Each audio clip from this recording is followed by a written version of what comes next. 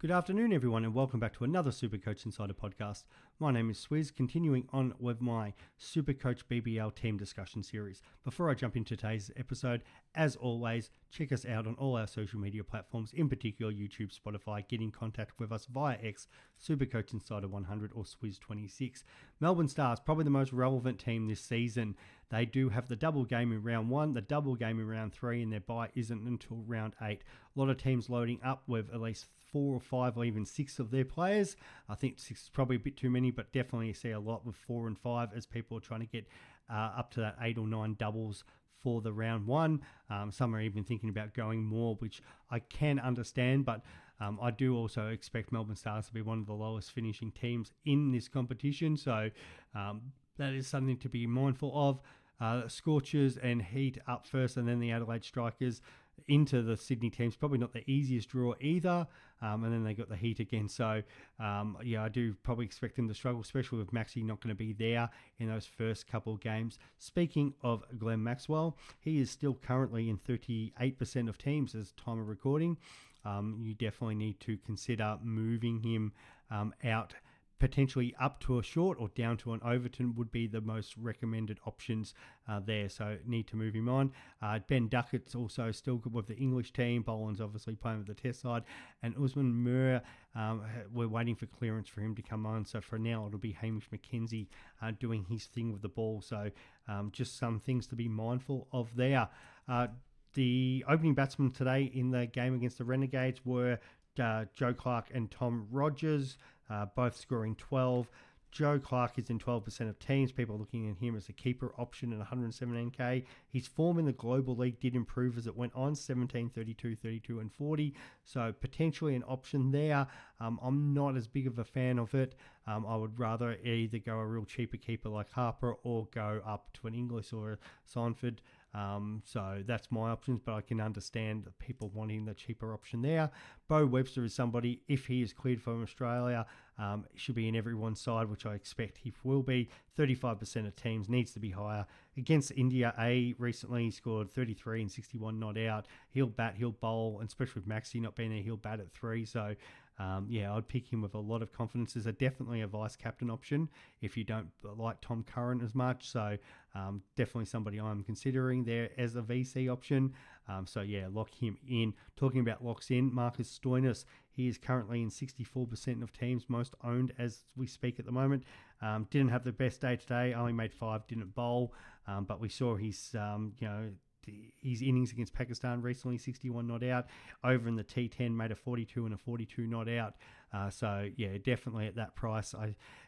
We've seen him burn us in the past, but at 84k, everyone's going to own him, so it's hard to go past him. Definitely something to consider. Talking about also highly owned, Sam Harper, 58k this year, did burn me last season. Potentially might not be in that side or might come out once Glenn Maxwell comes in, or if Duckett or any of the other changes happen. But for now, he batted at 3, only made 13. I see him dropping down the order for Webster, but they'll probably have him taking the gloves early on and batting until Maxwell is cleared. As a cheap keeper option to put the emergency on, you could do a lot worse than him, and I can see why a few people are going him. He has been in and out of my side and somebody you need to consider, and it's one I'm waiting to see the final teams and see where he's named before actually going with him. But he does hold a lot of keys to my structure. If he's not there, it probably brings in another cheaper option that I've got to replace him with. So I do hope that he sort of is in that top order, but I don't think that's going to be the case. Especially after not taking the most of his opportunity today. Hilton Cartwright is another person I have looked at closely. 7% of teams. Probably coming out of my side today after making a duck, batting at 5. I was hopeful he's going to bat slightly higher up the order, especially with no Webster there or Maxwell, but it wasn't the case. Bat at 5. His form in first-class cricket has been good again this season. He's made a 78 and a 153 among some other medium scores, but I've probably played himself out of my side today. Tom Curran, definitely a popular person, 32%, the English player coming over here. A lot of people's choice as a vice captain. Wasn't his day today, made a first ball duck, and I don't think he actually bowled that well either. taking none for 39 off his 3. So yeah, probably will have a few people maybe taking the VC off him and putting it on Bo Webster, but we do know how good of a cricketer he can be, so somebody to still look at. Adam Milne's coming over from New Zealand, probably hasn't had the best form probably of late, but especially over here, he has struggled in the past, but somebody to look at. He's in that Tom Rogers price bracket, so if you didn't want to go Rogers and you didn't want to go another Renegades bowler at the same price, you're probably going to be moving both of them on pretty quickly anyway, because he's only out here for the first 6 games. But looking at that Stars lineup, there's a big chance that he could potentially bowl early or in a later or in a power play situation, is because what we want. But yeah, 117k, it's not the worst option in the world. Talking about their quick bowlers, so you've got Paris at 9%, Stedeky also at 9%. Owen Peter Siddle's in the mix now as a cheaper option, and depending on which way they went, because they all got a chance today. I think even Warren got to bowl as well, but Stedeky bowled only the 1 over, 1 for 15. Siddle actually bowled 3, 1 for 28. Couch, who the coach has been talking up as a real option this season, but he's 1 for 44 off his 3. And then you had Paris at 2 for 24. So I think Joel Paris is the one that's definitely locked in. But the others, it could be a potential where one plays and the other one gets dropped. So I don't think. Maybe it is Siddle just because of form, even though his age, obviously he's around that 40 mark right now. But the Stedeky only buying the 1 over is a bit of a concern there.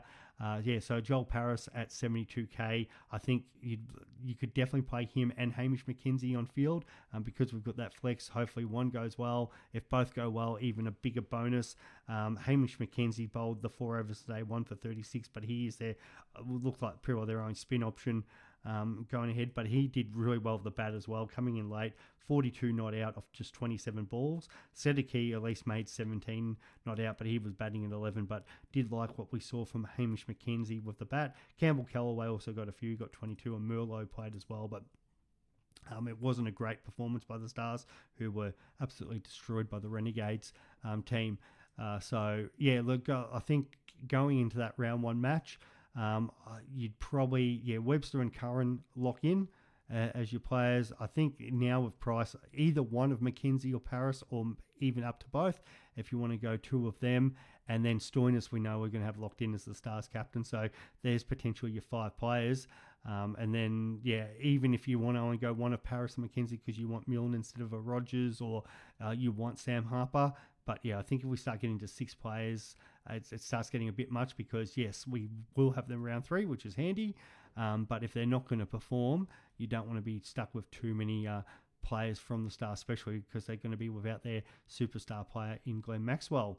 So I hope that helps helping start your round 1 side with the Stars. Probably again looking for 5 players here, and all the best as we move on to the Perth Scorchers.